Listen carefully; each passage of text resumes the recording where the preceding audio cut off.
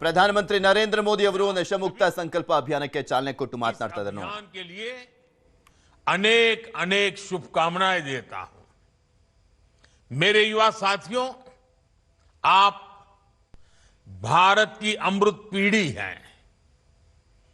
आप अगले 20-25 वर्षों में अपने जीवन को भी दिशा देंगे और आप ही 2047 में देश को विकसित भारत की मंजिल तक लेकर जाएंगे और उसके शिखर पर आप ही बैठे होंगे। उसका सारा रसपान करने का अवसर आप ही को मिलने वाला है। देश को आपकी ऊर्जा, आपकी कल्पना शक्ति और आपकी टैलेंट की जरूरत है। इसलिए देश के लिए और अपने जीवन के लिए खुद को नशा मुक्त रखना बहुत जरूरी है। नशा फोकस को भटकाता है और धीरे धीरे युवा को उसके अपने सपनों से दूर ले जाता है।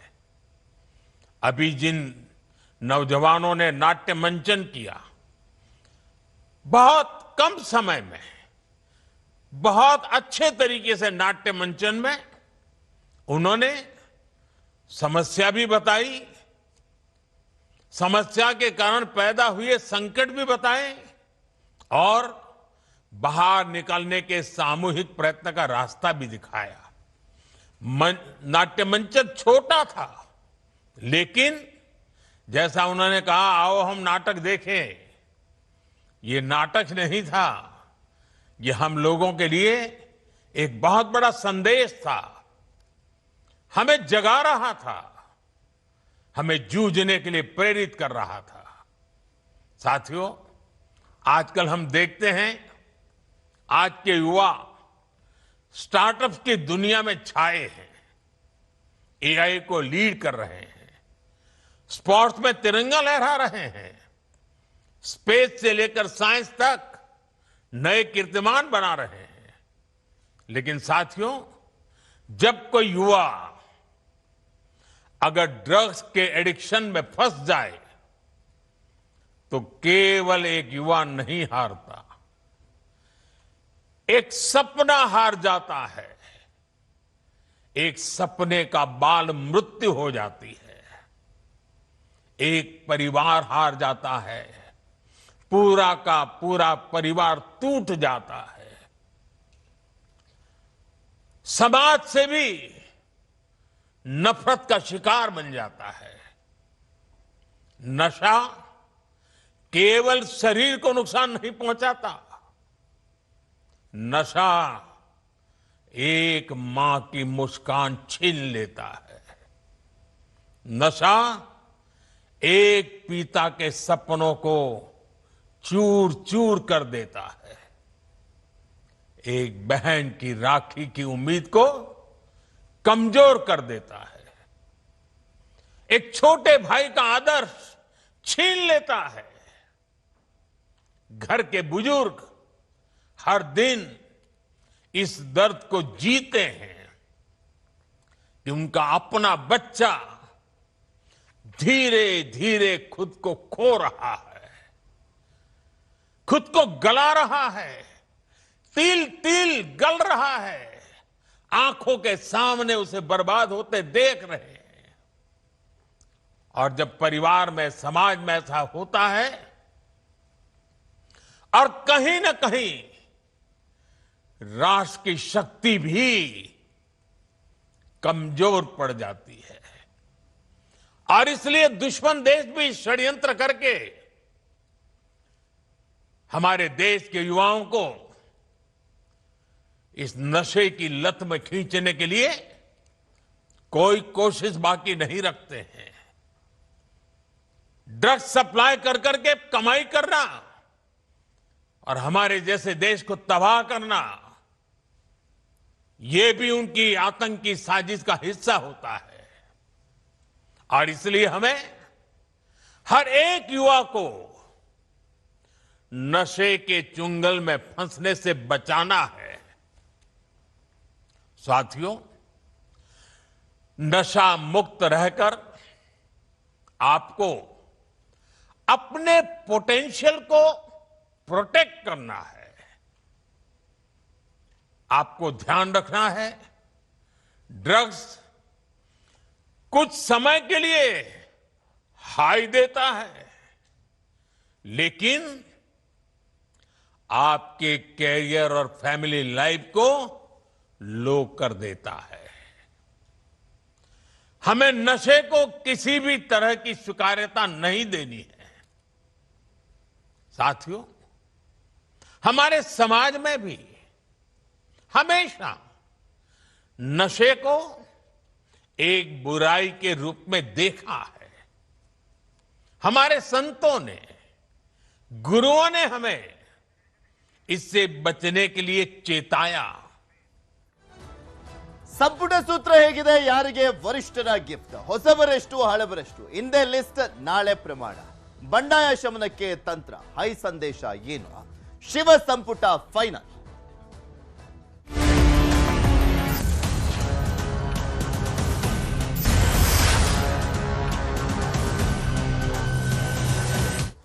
ಸಂಪುಟ ವಿಸ್ತರಣೆಗೆ ಕ್ಷಣಗಣನೆ ಆರಂಭವಾಗಿರುವಂಥದ್ದು. ಇವತ್ತು ಕೆಸಿ ವೇಣುಗೋಪಾಲ್, ರಾಷ್ಟ್ರೀಯ ಕಾಂಗ್ರೆಸ್ನ ಪ್ರಧಾನ ಕಾರ್ಯದರ್ಶಿ, ಇವತ್ತು ಲಿಸ್ಟ್ ಅನ್ನ ತಗೊಂಡು ಬರ್ತಾರಂತೆ. ಸಂಜೆ ತಗೊಂಡು ಬರ್ತಾರೆ. ನಾಳೆ ಲೋಕಭವನದಲ್ಲಿ ಪ್ರಮಾಣ ವಚನ ಸ್ವೀಕಾರ ಸಮಾರಂಭ. ಆ ಲಿಸ್ಟ್ ನಲ್ಲಿ ಯಾರೆಲ್ಲ ಇದ್ದಾರೆ, ಎಷ್ಟು ಜನರಿಗೆ ಅವಕಾಶ ಅನ್ನುವಂಥದ್ದೇ ಕುತೂಹಲ. 20 ಸ್ಥಾನಗಳು ಖಾಲಿ ಇರುವಂಥದ್ದು. 20 ಸ್ಥಾನಗಳನ್ನು ಭರ್ತಿ ಮಾಡ್ತಾರ ಅಥವಾ 18 ಸ್ಥಾನಗಳನ್ನ ಮಾತ್ರ ಭರ್ತಿ ಮಾಡಲಾಗುತ್ತಾ? ಯಾವ ಜಾತಿಯವರಿಗೆ ಎಷ್ಟು, ಯಾವ ಬಣದವರಿಗೆ ಎಷ್ಟು, ಯಾವ ಭಾಗದವರಿಗೆ ಎಷ್ಟು, ಜಿಲ್ಲಾವಾರು, ಪ್ರಾದೇಶಿಕವಾರು, ಜಾತಿವಾರು, ತುಂಬಾ ಇಂಪಾರ್ಟೆಂಟ್. ಹೊಸಬರೆಷ್ಟು, ಹಳಬರಿಗೆ ಎಷ್ಟು ಸ್ಥಾನ, ಯಾರಿಗೆ ಲಕ್ಕು, ಯಾರಿಗೆ ಶಾಕು. 20 ಸ್ಥಾನಗಳು ಭರ್ತಿಗೆ ಹೈಕಮಾಂಡ್ ತೀರ್ಮಾನ ಅಂತ ಹೇಳಲಾಗ್ತಾ ಇದೆ. ಹಳೆದು ತೂಗಿ ಸಂಪುಟ ಪಟ್ಟಿ ಫೈನಲ್ ಅಂತ ಹೇಳಲಾಗ್ತಾ ಇರುವಂಥದ್ದು. ಬಿಕಾಸ್ ಈ ಸಂಪುಟ ಇದೆಯಲ್ಲ, ಇದು ನೆಕ್ಸ್ಟ್ ಎಲೆಕ್ಷನ್ಗೆ ತುಂಬಾ ಇಂಪಾರ್ಟೆಂಟ್ ಆಗುತ್ತೆ. ಆಲ್ಮೋಸ್ಟ್ ಇರುವಂತ ಎಲ್ಲಾ ಸಚಿವರುಗಳಿಗೂ ಕೂಡ ಮಿನಿಮಮ್ 3 ರಿಂದ 4 ಜನನ್ನ ಗೆಲ್ಲಿಸ್ಕೊಂಡು ಬರಬೇಕು, ಅವರಿಗೆ ಕೊಡುವಂತ ಜಿಲ್ಲಾ ಉಸ್ತುವಾರಿಗಳಲ್ಲಿ ಅನ್ನುವಂಥದ್ರ ಬಗ್ಗೆ ಚರ್ಚೆಗಳಾಗ್ತಾ ಇತ್ತು. ಯಾವ್ಯಾವ ಜಿಲ್ಲೆಯ ಜವಾಬ್ದಾರಿಗಳನ್ನ ಕೊಡಲಾಗುತ್ತೆ, ಆ ಜಿಲ್ಲೆಗಳಲ್ಲಿ 3 ರಿಂದ 4 ಜನರನ್ನ ಗೆಲ್ಲಿಸಿಕೊಂಡು ಬರುವಂತ ಕೆಪಾಸಿಟಿ ಇರಬೇಕು ಅನ್ನುವಂಥ ನಿಟ್ಟಿನಲ್ಲಿ ಚರ್ಚೆ ಕೂಡ ಮಾಡಲಾಗಿದೆ. ಇದ್ರ ಬಗ್ಗೆ ಇನ್ನಷ್ಟು ಮಾಹಿತಿಯನ್ನ ಕೊಡ್ತಾ ಹೋಗ್ತಾರೆ ನಮ್ಮ ಪ್ರತಿನಿಧಿ ಕಾರ್ತಿಕ್ ನಮ್ಮ ಜೊತೆ ನೇರ ಸಂಪರ್ಕದಲ್ಲಿ ಜಾಯ್ನ್ ಆಗಿದ್ದಾರೆ. ಕಾರ್ತಿಕ್, ಇವತ್ತು ಕೆಸಿ ವೇಣುಗೋಪಾಲ್ ಅವರೇ ಪಟ್ಟಿಯನ್ನ ತಗೊಂಡ್ ಬರ್ತಾರೆ ಅಂತ ಹೇಳಲಾಗ್ತದೆ. ಎಷ್ಟೊತ್ತಿಗೆ ಬರ್ತಾರೆ, ಯಾವಾಗ ಪಟ್ಟಿ ಸಿಗಬಹುದು, ಏನಾದ್ರೂ ಮಾಹಿತಿಗಳು ಲೀಕ್ ಆಗ್ತಾ ಇದೆಯಾ? ಯಾರಿಗೆ ಯಾವ ರೀತಿಯಾಗಿ ಸ್ಥಾನವನ್ನ ಕೊಡ್ಲಿಕ್ಕೆ ಮುಂದಾಗ್ಲಾಗ್ತಾ ಇದೆ, ಮಾನದಂಡಗಳೇನು, ಮಹಿಳೆಯರಿಗೆ ಎಷ್ಟು ಅನ್ನುವಂಥದ್ರ ಬಗ್ಗೆ? ಪೃಥ್ವಿರಾಜ್, ಸಂಪುಟ ವಿಸ್ತರಣೆಗೆ ಸಂಬಂಧಪಟ್ಟಂತೆ ಇವತ್ತು ಬಹುತೇಕ ಎಲ್ಲಾ ಪ್ರಶ್ನೆಗಳಿಗೆ ಉತ್ತರ ಸಿಗಲಿಕ್ಕಿದೆ. ಇವತ್ತು ಕೆಸಿ ವೇಣುಗೋಪಾಲ್ ಅವರು ಕರ್ನಾಟಕಕ್ಕೆ ಆಗಮಿಸ್ತಾರೆ. ಕರ್ನಾಟಕಕ್ಕೆ ಆಗಮಿಸಿದಂತಹ ಸಂದರ್ಭದಲ್ಲಿ ರಾಜ್ಯ ನಾಯಕರಿಗೆ ಹೈಕಮಾಂಡ್ ಕೊಟ್ಟಿರುವಂತಹ ಪಟ್ಟಿಯನ್ನ ಕಳಿಸ್ತಾರೆ, ಅವರಿಗೆ ಕೊಡ್ತಾರೆ ಅನ್ನುವಂಥ ಮಾಹಿತಿ ಲಭ್ಯವಾಗಿರುವಂಥದ್ದು. ಇವತ್ತು ಸಂಜೆ ಒಳಗಾಗಿ ಕೆಸಿ ವೇಣುಗೋಪಾಲ್ ಅವರು ಕರ್ನಾಟಕಕ್ಕೆ ಆಗಮಿಸಬಹುದು. ಪ್ರಮುಖವಾಗಿ ಇಲ್ಲಿ ಗಮನಿಸಬೇಕು, ಈಗಾಗಲೇ ಯಾರನ್ನ ಈ ಒಂದು ಸಚಿವರನ್ನಾಗಿ ಮಾಡ್ತಾರೆ ಅನ್ನುವಂಥ ಪ್ರಶ್ನೆಗಳು ಸಾಕಷ್ಟಿದೆ. ಜೊತೆಗೆ ಆಕಾಂಕ್ಷಿಗಳ ಪಟ್ಟಿಯೂ ಕೂಡ ಸಾಕಷ್ಟಿತ್ತು. ಈಗಾಗಲೇ ರಾಜ್ಯ ನಾಯಕರು ಹೈಕಮಾಂಡ್ ನಾಯಕರಿಗೆ ಪಟ್ಟಿಯನ್ನ ಕಳಿಸ್ಕೊಟ್ಟಿದ್ರು, ಇಂಥವರನ್ನ ಸಚಿವರನ್ನಾಗಿ ಮಾಡಿ ಅನ್ನುವಂಥದ್ದು. ಆದರೆ ರಾಹುಲ್ ಗಾಂಧಿ ಅವರ ನೇತೃತ್ವದಲ್ಲಿ ನಡೆದಂಥ ಸಭೆಯಲ್ಲಿ ಅಂತಿಮವಾಗಿ ನಾವೇ ನಿರ್ಧಾರವನ್ನು ತೆಗೆದುಕೊಳ್ತೇವೆ, ನಾವು ನಿಮಗೆ ಸಚಿವರ ಪಟ್ಟಿಯನ್ನ ಕಳಿಸ್ಕೊಡ್ತೇವೆ ಅನ್ನುವಂಥ ರೀತಿಯಲ್ಲಿ ಅವರು ಹೇಳಿ ಕಳಿಸಿದ್ರು. ಅದರಂತೆ ಇವತ್ತು ಕೆಸಿ ವೇಣುಗೋಪಾಲ್ ಅವರು ಕರ್ನಾಟಕಕ್ಕೆ ಆಗಮಿಸ್ತಾ ಇದ್ದಾರೆ. ಇವತ್ತು ಸಂಜೆ ಒಳಗಾಗಿ ಬಹುತೇಕ ಅವರು ಆಗಮಿಸಿ ರಾಜ್ಯ ನಾಯಕರಿಗೆ ಈ ಒಂದು ಸಚಿವರ ಪಟ್ಟಿಯನ್ನು ಕೂಡ ಕೊಡ್ಲಿಕ್ಕಿದ್ದಾರೆ.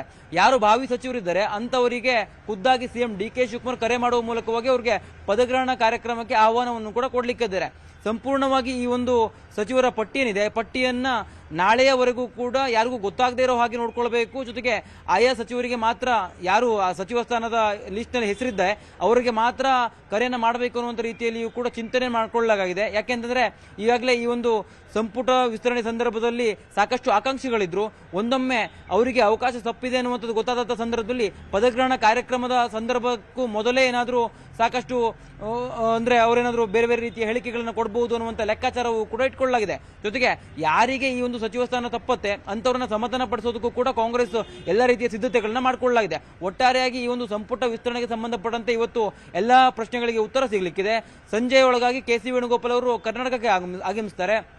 ಅವರೇ ಖುದ್ದಾಗಿ ಈ ಒಂದು ಹೈಕಮಾಂಡ್ ರವಾನೆ ಮಾಡಿರುವಂತಹ ಸಚಿವರ ಪಟ್ಟಿಯನ್ನ ಸಿಎಂ ಡಿ.ಕೆ. ಶಿವಕುಮಾರ್ ಅವರಿಗೆ ತಲುಪಿಸ್ತಾರೆ ಅನ್ನುವಂಥ ಮಾಹಿತಿಯು ಕೂಡ ಈಗ ಲಭ್ಯವಾಗಿರುವಂಥದ್ದು. ಜೊತೆಗೆ ಇಲ್ಲಿ ಬಹುತೇಕವಾಗಿ 20 ಸಚಿವ ಸ್ಥಾನ ಏನಿತ್ತು ಆ ಒಂದು 20 ಸಚಿವ ಸ್ಥಾನವನ್ನು ಕೂಡ ಸಂಪೂರ್ಣವಾಗಿ ಭರ್ತಿ ಮಾಡಲಾಗತ್ತೆ ಅನ್ನುವಂಥದ್ದಿದೆ. ಜೊತೆಗೆ ಮಹಿಳೆಯರಿಗೂ ಕೂಡ ಅವಕಾಶವನ್ನು ಕೊಡಲಾಗತ್ತೆ ಅನ್ನುವಂಥದ್ದು ಕೂಡ ಇರುವಂಥದ್ದು. ಅಂದ್ರೆ ಮಹಿಳೆಯರಿಗೆ ಒಂದೇ ಸ್ಥಾನ ಅಷ್ಟೇ ಅಲ್ಲ, ಒಂದಕ್ಕಿಂತ ಹೆಚ್ಚು ಸ್ಥಾನವನ್ನ ಈ ಬಾರಿ ಸಂಪುಟ ವಿಸ್ತರಣೆ ಸಂದರ್ಭದಲ್ಲಿ ಕೊಡಲಾಗತ್ತೆ ಅನ್ನುವಂಥದ್ದು. ಜೊತೆಗೆ ಪ್ರಾದೇಶಿಕವಾರು ಕೂಡ ಎಲ್ಲವನ್ನ ಅಳೆದು ತೂಗಿ ಈ ಬಾರಿ ಸಂಪುಟವನ್ನ ವಿಸ್ತರಣೆ ಮಾಡಲಾಗುತ್ತೆ. ಜೊತೆಗೆ ಹಳೆ ಮೈಸೂರು ಭಾಗಕ್ಕೆ ಈಗಾಗಲೇ ಹೆಚ್ಚಿನ ಪ್ರಾಶಸ್ತ್ಯ ಸಿಕ್ಕಿರುವಂತಹ ಕಾರಣಕ್ಕಾಗಿ ಉತ್ತರ ಕರ್ನಾಟಕ ಭಾಗಕ್ಕೆ ಹೆಚ್ಚಿನ ಒಂದು ಸಚಿವ ಸ್ಥಾನವನ್ನು ಕೊಡಬೇಕು ಅನ್ನುವಂಥ ರೀತಿಯಲ್ಲಿಯೂ ಕೂಡ ಚರ್ಚೆಗಳಿತ್ತು. ಆ ಎಲ್ಲ ಆಯಾಮದಲ್ಲಿ ಚರ್ಚೆಯನ್ನು ಮಾಡಿದ ಬಳಿಕವೇ ಈಗೊಂದು ಸಚಿವರ ಪಟ್ಟಿಯನ್ನು ಸಿದ್ಧಪಡಿಸಿರುವಂಥದ್ದು. ಹಾಗಾಗಿ ನಿರೀಕ್ಷೆಗಳು ಕೂಡ ಸಾಕಷ್ಟಿದೆ. ಉತ್ತರ ಕರ್ನಾಟಕ ಭಾಗಕ್ಕೂ ಕೂಡ ಹೆಚ್ಚಿನ ಪ್ರಮಾಣದಲ್ಲಿ ಸಚಿವ ಸ್ಥಾನವನ್ನು ಕೊಡಬಹುದು ಅನ್ನುವಂಥದ್ದು. ಜೊತೆಗೆ ಮಲೆನಾಡು ಮತ್ತು ಕರಾವಳಿ ಭಾಗಕ್ಕೂ ಕೂಡ ಈ ಬಾರಿಯ ಸಂಪುಟ ವಿಸ್ತರಣೆ ಸಂದರ್ಭದಲ್ಲಿ ಪ್ರಾಶಸ್ತ್ಯವನ್ನು ಕೊಡಲಾಗುತ್ತೆ. ಪೃಥ್ವಿರಾಜ್, ಮತ್ತೆ ಉಪಮುಖ್ಯಮಂತ್ರಿ ವಿಚಾರ ದೊಡ್ಡ ಮಟ್ಟದಲ್ಲಿ ಚರ್ಚೆ ಆಗ್ತಾ ಇತ್ತಲ್ಲ, ಉಪಮುಖ್ಯಮಂತ್ರಿ ಸ್ಥಾನ ಸೃಷ್ಟಿ ಮಾಡುವಂತ ಚಾನ್ಸಸ್ ಎಷ್ಟು ಮಟ್ಟಿಗಿದೆ? ಬಿಕಾಸ್ ಸಿದ್ದರಾಮಯ್ಯನವರು ಬೇರೆ ಮುಂದಿನ ದಿನಗಳಲ್ಲಿ ರಾಜಕೀಯದಲ್ಲಿ ಅಂದ್ರೆ ನಾನು ಚುನಾವಣೆಗೆ ಸ್ಪರ್ಧೆ ಮಾಡಲ್ಲ ಅನ್ನುವಂಥದ್ದು ದೊಡ್ಡ ಮಟ್ಟದಲ್ಲಿ ಹಿನ್ನಡೆನೆ ಕಾಂಗ್ರೆಸ್ ಪಕ್ಷಕ್ಕೆ. ಅದನ್ನ ಬ್ಯಾಲೆನ್ಸ್ ಮಾಡಬೇಕಾಗಿದೆ ಹಿಂದ ವೋಟ್ ಬ್ಯಾಂಕ್ ಅನ್ನ. ಸೊ ಹೀಗಾಗಿ ಅದನ್ನ ಯಾವ ರೀತಿಯ ಬ್ಯಾಲೆನ್ಸ್ ಮಾಡ್ಲಿಕ್ಕೆ ಮುಂದಾಗಿದ್ದಾರೆ ಅಂತ ನಿಶ್ಚಿತವಾಗಿ ಈ ಒಂದು ಚರ್ಚೆ ಈ ಹಿಂದಿನಿಂದಲೂ ಕೂಡ ಇತ್ತು. ಸ್ವತಃ ಸಿಎಂ ಡಿ.ಕೆ. ಶಿವಕುಮಾರ್ ಅವರೇ ಹೈಕಮಾಂಡ್ ನಾಯಕರಿಗೆ ಮನವಿಯನ್ನ ಮಾಡಿದ್ದಾರೆ ಅನ್ನುವಂಥದ್ದು. ಹೆಚ್ಚುವರಿ ಡಿಸಿಎಂ ಸೃಷ್ಟಿಯನ್ನ ಮಾಡಿದಂಥ ಸಂದರ್ಭದಲ್ಲಿ ಅದು ಪ್ರಾದೇಶಿಕವಾಗಿ ಸಮತೋಲನವನ್ನು ಕಾಪಾಡಿಕೊಳ್ಳಬಹುದು ಅನ್ನುವಂಥ ಲೆಕ್ಕಾಚಾರವನ್ನ ಸಿಎಂ ಡಿ.ಕೆ. ಶಿವಕುಮಾರ್ ಹಾಕಿದ್ದಾರೆ. ಅದನ್ನು ಕೂಡ ಜಾತಿವಾರು ಲಿಂಗಾಯತರಿಗೆ ಒಂದು ಡಿಸಿಎಂ ಸ್ಥಾನವನ್ನು ಕೊಡಬೇಕು, ಅದರಲ್ಲೂ ಎಂ ಬಿ ಪಾಟೀಲ್ ಅವರನ್ನ ಮಾಡಬೇಕು ಅನ್ನುವಂಥ ರೀತಿಯಲ್ಲಿ ಕೂಡ ಮನವಿಯನ್ನ ಇಟ್ಟಿದ್ರು ಅನ್ನುವಂಥದ್ದು ಕೂಡ ಚರ್ಚೆಯಲ್ಲಿತ್ತು. ಅದೆಲ್ಲದಕ್ಕೂ ಉತ್ತರ ಇವತ್ತಿನ ಒಂದು ವೇಣುಗೋಪಾಲ್ ಅವರು ಕೊಡುವಂತ ಏನು ಸಚಿವರ ಪಟ್ಟಿ ಇದೆಯಲ್ಲ ಆ ಒಂದು ಪಟ್ಟಿಯಲ್ಲಿ ಬಹುತೇಕ ಗೊತ್ತಾಗ್ಲಿಕ್ಕಿದೆ. ಒಟ್ಟಾರೆಯಾಗಿ ಸತೀಶ್ ಜಾರಕಿಹೊಳಿ ಅವರಿಗೂ ಕೂಡ ಡಿಸಿಎಂ ಮಾಡ್ತಾರೆ ಅನ್ನುವಂಥ ರೀತಿಯಲ್ಲಿ ಚರ್ಚೆಗಳಿದೆ. ಅಲ್ಲಿ 2 ಕಾರಣ ಇರುವಂತದ್ದು. ಒಂದು, ಉತ್ತರ ಕರ್ನಾಟಕ ಭಾಗಕ್ಕೆ ಪ್ರಾಶಸ್ತ್ಯವನ್ನು ಕೊಟ್ಟಂತಾಗತ್ತೆ. ಹಾಗೆ ಎಸ್ ಟಿ ಸಮುದಾಯದ ನಾಯಕ ಆಗಿರುವಂತಹ ಕಾರಣಕ್ಕಾಗಿ ಸತೀಶ್ ಜಾರಕಿಹೊಳಿ ಅವರಿಗೆ ಡಿಸಿಎಂ ಮಾಡಿದಂಥ ಸಂದರ್ಭದಲ್ಲಿ 2028ರ ಚುನಾವಣೆಯ ಸಂದರ್ಭದಲ್ಲಿ ಅದು ವಾಲ್ಮೀಕಿ ಸಮುದಾಯದ ಮತಗಳನ್ನು ಸೆಳೆಯಬಹುದು ಅನ್ನುವಂಥ ಲೆಕ್ಕಾಚಾರವನ್ನು ಕೂಡ ಕಾಂಗ್ರೆಸ್ ಹಾಕೊಂಡಿದೆ. ಅದರ ಜೊತೆಗೆ ಲಿಂಗಾಯತ ಸಮುದಾಯದ ಮತವನ್ನು ಕೂಡ ಸೆಳಿಬೇಕಂದ್ರೆ ಆ ಒಂದು ಲಿಂಗಾಯತ ಸಮುದಾಯಕ್ಕೂ ಕೂಡ ಪ್ರಾಶಸ್ತ್ಯವನ್ನು ಕೊಡಬೇಕು. ಅದೇ ಒಂದು ಕಾರಣಕ್ಕಾಗಿ ಎಂ ಬಿ ಪಾಟೀಲ್ ಅವರ ಹೆಸರು ಕೂಡ ಮುನ್ನೆಲೆಗೆ ಬಂದಿದೆ. ಒಂದೊಮ್ಮೆ ಎಂ ಬಿ ಪಾಟೀಲ್ ಅವರಿಗೆ ಮತ್ತು ಸತೀಶ್ ಜಾರಕಿಹೊಳಿ ಅವರಿಗೆ ಏನಾದರೂ ಡಿಸಿಎಂ ಸ್ಥಾನವನ್ನು ಕೊಟ್ಟಂತ ಸಂದರ್ಭದಲ್ಲಿ ಅದು ಸಹಜವಾಗಿ ಕಾಂಗ್ರೆಸ್ಗೆ 2028ರ ಚುನಾವಣೆಗೆ ಸಹಕಾರಿಯೂ ಕೂಡ ಆಗ್ಲಿಕ್ಕಿದೆ. ಅದರ ಜೊತೆಗೆ ಪ್ರಾದೇಶಿಕವಾಗಿ ಸಮತೋಲನವನ್ನು ಕೂಡ ಕಾಪಾಡಿಕೊಂಡಂತಾಗತ್ತೆ. ಈಗಾಗಲೇ ಕೆಪಿಸಿಸಿ ಅಧ್ಯಕ್ಷರು ಕೂಡ ಮಂಗಳೂರು ಮೂಲದವರಾಗಿದ್ದಾರೆ. ಹಾಗೆ ಸಿಎಂ ಹಳೆ ಮೈಸೂರು ಭಾಗದವರು, ಡಿಸಿಎಂ ಆಗಿರುವಂತಹ ಪರಮೇಶ್ವರ್ ತುಮಕೂರಿನವರಾಗಿದ್ದಾರೆ. ಈ ಒಂದು ಲೆಕ್ಕಾಚಾರದ ಪ್ರಕಾರವೂ ಕೂಡ ಉತ್ತರ ಕರ್ನಾಟಕ ಭಾಗಕ್ಕೆ ಪ್ರಾಶಸ್ತ್ಯವನ್ನು ಕೊಡಬೇಕು ಅನ್ನುವಂತ ಒಂದು ಉದ್ದೇಶವನ್ನು ಇಟ್ಟುಕೊಂಡು ಹೆಚ್ಚುವರಿ ಡಿಸಿಎಂ ಅನ್ನು ಸೃಷ್ಟಿ ಮಾಡಿದ್ರು ಕೂಡ ಆಶ್ಚರ್ಯ ಪಡಬೇಕಾಗಿಲ್ಲ. ಪೃಥ್ವಿರಾಜ್, ಕಾವೇರಿ ಸಂಕಷ್ಟಕ್ಕೆ ಒಗ್ಗಟ್ಟಿನ ಮಂತ್ರ, ಸರ್ವಪಕ್ಷ ಸಭೆಯಲ್ಲಿ ಪರಿಹಾರ ಸೂತ್ರ, ಕಾನೂನು ಹೋರಾಟಕ್ಕೆ ಹೇಗಿದೆ ಸಿಎಂ ರಣತಂತ್ರ, ಕಾವೇರಿ ಸರ್ವಪಕ್ಷ ಸಭೆ.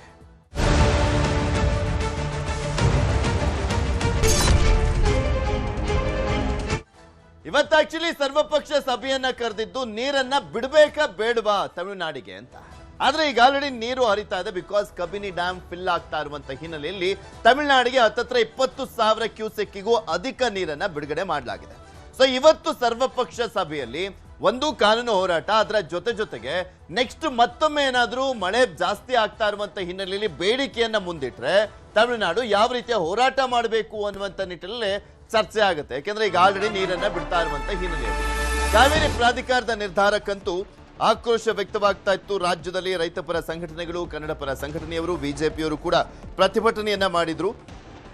ಆದ್ರೆ ಕಬಿನಿಗೆ ದೊಡ್ಡ ಪ್ರಮಾಣದಲ್ಲಿ ನೀರು ಬರ್ತಾ ಇರುವಂತ ಹಿನ್ನೆಲೆಯಲ್ಲಿ ಡ್ಯಾಮ್ ಫಿಲ್ ಆಗ್ತಾ ಇದೆ. ಸೊ ಬಿಡ್ಲೇಬೇಕಾದಂತ ಅನಿವಾರ್ಯತೆ, ನೀರನ್ನ ಬಿಡ್ಲಾಗಿದೆ. ಕಾವೇರಿ ಪ್ರಾಧಿಕಾರದ ನಿರ್ಧಾರ ಒಂದ್ ಕಡೆ, ಇನ್ನೊಂದ್ ಕಡೆ ಮಳೆ ಕೂಡ ಬರ್ತಾ ಇದೆ. ಪಾಸಿಟಿವ್ ಹೋಪ್ಸ್ ಅದು. ಸಿಎಂ ಗೃಹ ಕಚೇರಿ ಕೃಷ್ಣಾದಲ್ಲಿ ಕೆಲವೇ ಕ್ಷಣಗಳಲ್ಲಿ ಸರ್ವಪಕ್ಷ ಸಭೆ ನಡೆಯುತ್ತೆ. ಸಿಎಂ ನೇತೃತ್ವದಲ್ಲಿ ನಡೆಯುವಂತ ಸರ್ವಪಕ್ಷ ಸಭೆಯಲ್ಲಿ ಬಿಜೆಪಿ ಜೆಡಿಎಸ್ ನಾಯಕರ ಉಪಸ್ಥಿತಿ ಇದೆ. ಮಾಜಿ ಸಿಎಂಗಳು, ಸಂಸದರು ಕೂಡ ಸಭೆಯಲ್ಲಿ ಭಾಗಿಯಾಗಿದ್ದಾರೆ. ನಮ್ಮ ರೈತರ ಹಿತ ಮುಖ್ಯ ಅಂತ ಹೇಳಿರುವಂತದ್ದು ಸಿಎಂ. ಪ್ರಾಧಿಕಾರದ ಮುಂದೆಯೂ ಕೂಡ ಸಮರ್ಥವಾದವನ್ನ ಮಾಡ್ತೀವಿ ಅಂತ ಹೇಳಿದ್ರು. ಸಭೆಯಲ್ಲಿ ಕಾನೂನು ಹೋರಾಟದ ಬಗ್ಗೆ ಚರ್ಚೆಯನ್ನ ಮಾಡಲಾಗುತ್ತೆ. ಆದ್ರೆ ಈಗ ಆಲ್ರೆಡಿ ನೀರನ್ನ ಬಿಡ್ಲಾಗಿರುವಂತ ಹಿನ್ನೆಲೆಯಲ್ಲಿ ಸಹಜವಾಗಿ ಮುಂದೇನು ಮಾಡಬಹುದು, ಮತ್ತಷ್ಟು ನೀರನ್ನ ಕೇಳಿದ್ರೆ ಏನು ಮಾಡಬೇಕು ಅನ್ನುವಂಥದ್ರ ಬಗ್ಗೆನೇ ಮೇನ್ಲಿ ಚರ್ಚೆ ಆಗುತ್ತೆ. ಮಾಜಿ ಮುಖ್ಯಮಂತ್ರಿಗಳು ಬಂದಿದ್ದಾರೆ, ಹಳೆ ಮೈಸೂರು ಭಾಗದ ಸಂಸದರುಗಳು, ಶಾಸಕರುಗಳು ಬಂದಿದ್ದಾರೆ, ಅದರ ಜೊತೆಗೆ ಸಚಿವರುಗಳಿದ್ದಾರೆ. ಎಲ್ಲರೂ ಕೂತು ಚರ್ಚೆಯನ್ನ ಮಾಡ್ತಾ ಇದ್ದಾರೆ. ಬಂದಿರುವಂತ ದೃಶ್ಯಾವಳಿಯನ್ನ ನಿಮಗೆ ತೋರಿಸ್ತಾ ಇದ್ದಾರೆ. ಇದೇ ವಿಚಾರಕ್ಕೆ ಸಂಬಂಧಪಟ್ಟಂತೆ ಬಿಜೆಪಿ ನಾಯಕರು ಏನು ಮಾತನಾಡಿದ ನೋಡ. ನಿನ್ನೆ ಮಳೆ ಬಂದು ನಮ್ಮ ಕರ್ನಾಟಕಕ್ಕೆ ವರ್ಣದೇವ ಆಶೀರ್ವಾದ ಮಾಡಿದ್ದಾನೆ. ವಯನಾಡಿನಲ್ಲೂ ಆಗಿದೆ, ಕೊಡಗಲ್ಲೂ ಆಗಿದೆ, ಈ ಕಡೆ ಸಕಲೇಶಪುರದಲ್ಲೂ ಆಗಿದೆ, ಕ್ಯಾಚ್ಮೆಂಟ್ ಏರಿಯಾದಲ್ಲಿ ಆಗಿದೆ. ಆ ಹಿನ್ನೆಲೆಯಲ್ಲಿ ಕಬಿನಿಯಲ್ಲಿ ನೀರು ಬಿಟ್ಟಿದ್ದಾರೆ. ಅದನ್ನು ಪೂರ್ತಿ ಕಾಯಕ್ಕಿಂತ ಮುಂಚೆನೇ ನಿನ್ನೆನೇ ಸೂಚನೆ ಕೊಟ್ಟು ಸ್ವಲ್ಪ ಮುಂಚಿತವಾಗೇ ನೀರು ಬಿಟ್ಟಿರುವಂಥದ್ದು ಗಮನದಲ್ಲಿದೆ. ಏನೇ ಆಗಲಿ, ಸುಪ್ರೀಂ ಕೋರ್ಟ್ನಲ್ಲಿ ವಾದ ಮಾಡೋದಕ್ಕೆ ನಮಗೆ ಭಾಳ ಗಟ್ಟಿಯಾಗಿರುವಂಥ ವಿಚಾರ ಸಿಕ್ಕಿದೆ. ಸರ್ಕಾರ ಏನು ಮಾಡ್ತಿದೆ ನೋಡೋಣ. ಯಾಕಂದರೆ ಇದು ಕೇವಲ ಒಂದು ಬಾರಿ ನೀರು ಬಿಡೋದು ಜೂನ್ ಜುಲೈ ಪ್ರಶ್ನೆ ಅಲ್ಲ. ಇಡೀ ವರ್ಷದಲ್ಲಿ ಕಾವೇರಿ ನೀರಿನ ನಿರ್ವಹಣೆ ಯಾವ ರೀತಿ ಮಾಡ್ತಾರೆ ಸರ್ಕಾರ ಅನ್ನುವಂಥದ್ದು ಬಹಳ ಮುಖ್ಯ. ಸರ್ಕಾರ ಏನು ಹೇಳ್ತದೆ ನೋಡೋಣ. ನಮ್ಮದೇ ಆದಂಥ ವಿಚಾರಗಳಿದ್ದಾವೆ, ಅಲ್ಲಿ ಸರ್ಕಾರ ಜೊತೆಗೆ ಚರ್ಚೆ ಮಾಡ್ತೀವಿ. ಆದರೆ ಇವತ್ತಿನ ಸಭೆ ಹೈ ವೋಲ್ಟೇಜ್ ಸಭೆ ಆಗಬೇಕಾಗಿತ್ತು. ಆದರೆ ಆ ಕಾವೇರಿ ತಾಯಿನೇ ಈ ಡಿಸ್ಪ್ಯೂಟ್ ಅನ್ನ ಆ ಭಗವಂತನ ದಯೆಯಿಂದ ಈ ಡಿಸ್ಪ್ಯೂಟ್ ಏನಿತ್ತು ತಾನೇ ತಾನಾಗಿ ನೀರು ಹರಿದೋಗ್ತಾ ಇದೆ. ಇದರಲ್ಲಿ ಸರ್ಕಾರದ ಶ್ರಮ ಏನೂ ಇಲ್ಲ, ಝೀರೋ. ದೇವರೇ ನಮ್ಮ ಈ ಪ್ರಾಬ್ಲಮ್ ಅನ್ನ ಸಾಲ್ವ್ ಮಾಡಿಬಿಟ್ಟಿದ್ದಾನೆ. ಆ ದೇವರಿಗೆ ಕೋಟಿ ಕೋಟಿ ನಮಸ್ಕಾರ. ಅಲ್ಲಿ ಪ್ರಶ್ನೆ ಇರುವಂಥದ್ದು, ಇಲ್ಲಿ ಇಷ್ಟು ದಿನ ಹೋರಾಟ ಮಾಡಿದಂಥ ರೈತರು, ಕರ್ನಾಟಕದ ರೈತರು, ನಮ್ಮ ಪ್ರಶ್ನೆ ಸರ್ಕಾರಕ್ಕೆ, ಅವರ ಹೊಲಗಳಿಗೆ ಯಾವಾಗ ನೀರು ಬಿಡ್ತೀರಾ, ಅವರ ಕೆರೆಗಳನ್ನ ಯಾವಾಗ ತುಂಬಿಸ್ತೀರಾ, ಅರ್ಧ ಬೆಳೆದು ನಿಂತಿರುವ ಕ್ರಾಫ್ಟ್ ಏನಿದೆ ಕಬ್ಬು, ಅದಕ್ಕೆ ನೀರು ಎಷ್ಟು ಕೊಡ್ತೀರಾ? ಇದನ್ನ ನಮ್ಮ ರೈತರಿಗೆ, ಈಗೇನೋ ತಮಿಳ್ನಾಡಿಗೆ ಬಿಡ್ತಾ ಇದ್ದೀರಾ, ಆದರೆ ನಮ್ಮ ರೈತರಿಗೆ ಯಾಕೆ ಇನ್ನೂ ಬಿಟ್ಟಿಲ್ಲ, ನಾಲೆಗಳಿಗೆ ಯಾಕೆ ನೀರು ಬಿಟ್ಟಿಲ್ಲ, ಈ ಪ್ರಶ್ನೆಯನ್ನ ನಾವು ಕೇಳೋರಿದ್ದೀವಿ. ಮತ್ತೆ ಕಾವೇರಿ ಪ್ರಾಧಿಕಾರದ ಮುಂದೆ ಸರಿಯಾಗಿ ನಮ್ಮ ಕರ್ನಾಟಕ ಸರ್ಕಾರ, ಕಾಂಗ್ರೆಸ್ ಸರ್ಕಾರ, ಕನ್ನಡಿಗರಾಗಿರ್ಬೋದು, ತಮಿಳರಾಗಿರ್ಬೋದು, ಕರ್ನಾಟಕ ಮತ್ತು ತಮಿಳುನಾಡು ಒಟ್ಟಿಗೆ ನಾವು ಅನ್ಯೋನ್ಯವಾಗಿ ಹೋಗಬೇಕಾಗ್ತದೆ. ಮೇಕೆದಾಟು ವಿಚಾರ ಇರ್ಬೋದು, ಕಾವೇರಿ ನೀರಿನ ನದಿ ನೀರಿನ ಹಂಚಿಕೆ ವಿಚಾರ ಇರ್ಬೋದು, ಎರಡೂ ರಾಜ್ಯದ ಮುಖ್ಯಮಂತ್ರಿಗಳು ಮನಸ್ಸು ಮಾಡಿದರೆ ಖಂಡಿತವೆಲ್ಲವೂ ಕೂಡ ಬಗೆಹರಿಸೋದಕ್ಕೆ ಸಾಧ್ಯತೆ ಇದೆ. ಅನೇಕ ಉದಾಹರಣೆಗಳು ನಮ್ಮ ಕಣ್ಮುಂದೆ. ಮೇಕೆದಾಟು ಸುಪ್ರೀಂ ಕೋರ್ಟ್ ಒಂದು ಕಡೆ ತೀರ್ಪು ಕೂಡ ಕೊಟ್ಟಿದೆ. ತಮಿಳುನಾಡಿಗೂ ಅದರಿಂದ ಏನು ಅನ್ಯಾಯ ಆಗೋದಿಲ್ಲ. ನಮಗೆ ಬೆಂಗಳೂರು ಇರ್ಬೋದು, ಈ ಭಾಗದ ಜನರಿಗೆ ಕುಡಿಯೋ ನೀರಿನ ವ್ಯವಸ್ಥೆನೂ ಕೂಡ ಆಗಬೇಕಾಗಿದೆ.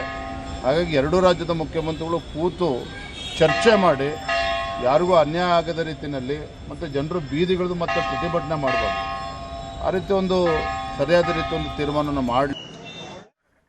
ಸರ್ವಪಕ್ಷ ಸಭೆಗೂ ಮುನ್ನ ಬಿಜೆಪಿ ನಾಯಕರ ಮಾತುಗಳನ್ನು ಕೇಳಿಸ್ಕೊಂಡ್ರಿ. ವಿರೋಧ ಪಕ್ಷ ನಾಯಕರಾಗಿರುವಂತಹ ಆರ್ ಅಶೋಕ್, ಮಾಜಿ ಮುಖ್ಯಮಂತ್ರಿ ಸಂಸದ ಬಸವರಾಜ ಬೊಮ್ಮಾಯಿ, ಈ ರೀತಿಯಾಗಿ ಬಿಜೆಪಿ ರಾಜ್ಯಾಧ್ಯಕ್ಷ ವಿಜೇಂದ್ರ ಎಲ್ಲರೂ ಕೂಡ ಮಾತನಾಡ್ತಾ ಇದ್ರು. ಈಗ ಯಾವಾಗ ನೀರು ಬಿಡ್ತೀರಾ ರೈತರುಗಳಿಗೆ ಅನ್ನುವಂಥ ನಿಟ್ಟಿನಲ್ಲಿ ಕೂಡ ಪ್ರಶ್ನೆನ ಮಾಡಲಾಗ್ತದೆ. ಭಗವಂತನ ದಯೆ, ವರ್ಣನ ಕೃಪೆ, ಮಳೆ ಬಂತು. ಸೊ ಹೀಗಾಗಿ ಮಳೆ ಬಂದಿರುವಂಥ ಹಿನ್ನೆಲೆಯಲ್ಲಿ ಕಬಿನಿ ಡ್ಯಾಮ್ಗೆ ನೀರು ಬರ್ತಾ ಇದೆ, ತಮಿಳುನಾಡಿಗೂ ಕೂಡ ನೀರು ಹರಿತಾ ಇದೆ. ಸಾಕಷ್ಟು ವಿಚಾರಗಳ ಬಗ್ಗೆ ಚರ್ಚೆಯನ್ನು ಮಾಡ್ತೀವಿ ಅಂತ ಹೇಳಿದ್ದಾರೆ.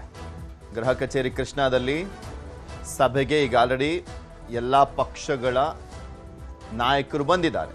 ಮಾಜಿ ಮುಖ್ಯಮಂತ್ರಿಗಳು ಬಂದಿದ್ದಾರೆ, ಕೇಂದ್ರ ಸಚಿವರುಗಳು ಬಂದಿದ್ದಾರೆ, ವಿರೋಧ ಪಕ್ಷದ ನಾಯಕರು, ವಿಧಾನಸಭೆಯ ವಿರೋಧ ಪಕ್ಷದ ನಾಯಕ, ವಿಧಾನ ಪರಿಷತ್ನ ವಿರೋಧ ಪಕ್ಷದ ನಾಯಕರು ಬಂದಿದ್ದಾರೆ, ಮುಖ್ಯಮಂತ್ರಿಗಳು ಕೂಡ ಬಂದಿದ್ದಾರೆ.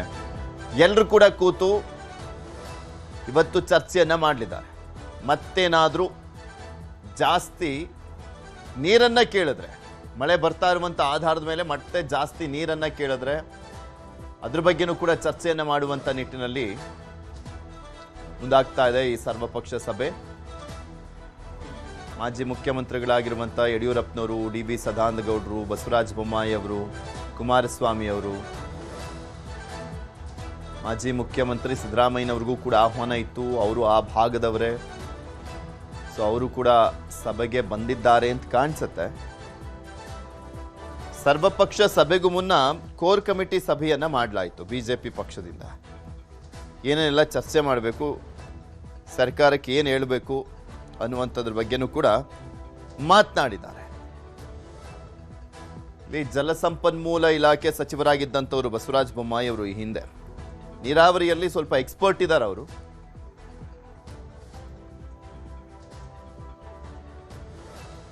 ಇದೆಲ್ಲದ್ರ ಬಗ್ಗೆನೂ ಕೂಡ ಇನ್ನಷ್ಟು ಮಾಹಿತಿಯನ್ನ ಕೊಡ್ತಾ ಹೋಗ್ತಾರೆ ನಮ್ಮ ಪ್ರತಿನಿಧಿ ಕೃಷ್ಣ. ನಮ್ಮ ಜೊತೆ ನೇರ ಸಂಪರ್ಕದಲ್ಲಿ ಜಾಯ್ನ್ ಆಗಿದ್ದಾರೆ. ಕೃಷ್ಣ, ಸರ್ವಪಕ್ಷ ಸಭೆ ಆರಂಭ ಆಯ್ತಾ? ಏನೆಲ್ಲ ಪ್ರಮುಖ ವಿಚಾರಗಳನ್ನ ಮುಂದಿಟ್ಕೊಂಡು, ಅಜೆಂಡವನ್ನ ಇಟ್ಕೊಂಡು ಸರ್ಕಾರ ಇವತ್ತು ಸರ್ವ ಪಕ್ಷಗಳ ಜೊತೆನೂ ಕೂಡ ಚರ್ಚೆ ಮಾಡಲಿದೆ? ಯಾಕೆಂದ್ರೆ ಒಂದ್ ಕಡೆ ನೀರನ್ನ ಬಿಡ್ಲಾಗ್ತಾ ಇದೆ ತಮಿಳುನಾಡಿಗೆ. ಇದು ನೀರನ್ನ ಬಿಡ್ಬೇಕಾ ಬೇಡವಾ ಅನ್ನುವಂಥ ವಿಚಾರಕ್ಕೆ ಸಂಬಂಧಪಟ್ಟಂತೆ ಫಸ್ಟ್ ಸಭೆಯನ್ನ ಸೇರ್ಬೇಕು ಅನ್ನುವಂಥದ್ರ ಬಗ್ಗೆ ನಿರ್ಧಾರ ಆಗಿತ್ತು. ಬಟ್ ಅದೀಗ ಆಲ್ರೆಡಿ ನೀರು ಬಿಟ್ಟಿರುವಂತ ಹಿನ್ನೆಲೆಯಲ್ಲಿ ಯಾವೆಲ್ಲ ವಿಚಾರಗಳು ಪ್ರಸ್ತಾಪ ಆಗ್ತವೆ ಈಗ? ಪೃಥ್ವಿರಾಜ್, ನೀವು ಹೇಳ್ದಂಗೆ ಈಗ ತಮಿಳುನಾಡಿಗೆ ಕಾವೇರಿ ನದಿ ನೀರನ್ನು ಹರಿಸಲಾಗ್ತಾ ಇದೆ. ಈಗ ಆ ಒಂದು ವಿಚಾರಕ್ಕಿಂತ ಇಂಪಾರ್ಟೆಂಟ್ ಆಗಿ ಮೇಕೆದಾಟು ಯೋಜನೆ ವಿಚಾರವಾಗಿ ಸಾಕಷ್ಟು ವಿವಾದ ಕೂಡ ಇರುವಂತದ್ದು.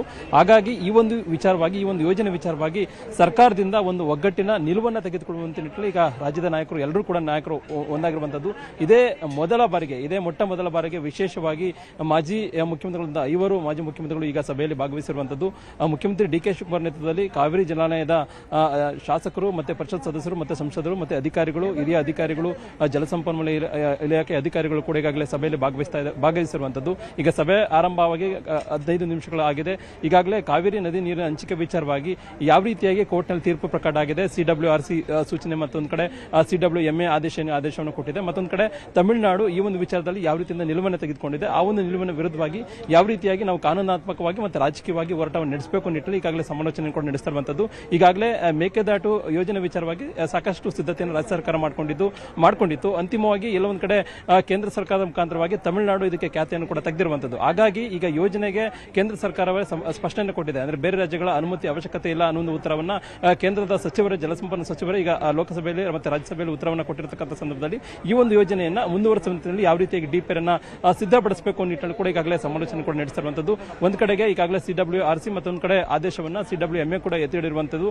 ಆ ಮುಖಾಂತರವಾಗಿ ಪ್ರತಿದಿನ 3,500 ಕ್ಯೂಸೆಕ್ ನೀರನ್ನು ಬಿಡುಗಡೆ ಮಾಡುವಂತ ನಿಟ್ಟಿನಲ್ಲಿ ಕೂಡ ಆದೇಶವನ್ನು ಕೂಡ ಕೊಟ್ಟಿದೆ. ಈಗಾಗಲೇ ಆರಂಗಿ ಜಲಾಶಯದಲ್ಲಿ ಮಳೆ ನೀರು ಅಂದ್ರೆ ಒಳ ಹರಿವು ಕೂಡ ಜಾಸ್ತಿ ಆಗಿರುತ್ತೆ ಒಂದು ಕಾರಣಕ್ಕೋಸ್ಕರವಾಗಿ ಈಗ ಹೊರ ಹರಿವು ಕೂಡ ಈಗ ಹೆಚ್ಚಳವನ್ನು ಕೂಡ ಮಾಡುವಂತದ್ದು. ಪ್ರತಿದಿನ ಈಗ 20,000 ರಿಂದ 25,000 ಕ್ಯೂಸೆಕ್ ನೀರು ಕೂಡ ಈಗ ತಮಿಳುನಾಡಿಗೆ ಹರಿದು ಕೂಡ ಹೋಗ್ತಾ ಇದೆ. ಹಾಗಾಗಿ ಈಗ ಪದೇ CWMA ಆಗಿರಬಹುದು ಮತ್ತೊಂದು ಕಡೆ CWRA ಯಾವ ರೀತಿಯಾಗಿ ಪ್ರತಿ ಸಾರಿ ಕೂಡ ತಮಿಳುನಾಡು ಪರವಾಗಿ ಆದೇಶವನ್ನು ಕೊಡಲಾಗ್ತಾ ಇದೆ. ಆ ಒಂದು ಆದೇಶದ ವಿರುದ್ಧವಾಗಿ ಇದೇ ರೀತಿ ಹೋಯಿತು ಅಂತಂದ್ರೆ ಬರುವಂತ ದಿನಗಳಲ್ಲಿ ಕರ್ನಾಟಕಕ್ಕೆ ದೊಡ್ಡ ಮಟ್ಟದ ಪೆಟ್ಟು ಮತ್ತೆ ಸಮಸ್ಯೆ ಕೂಡ ಆಗುತ್ತೆ.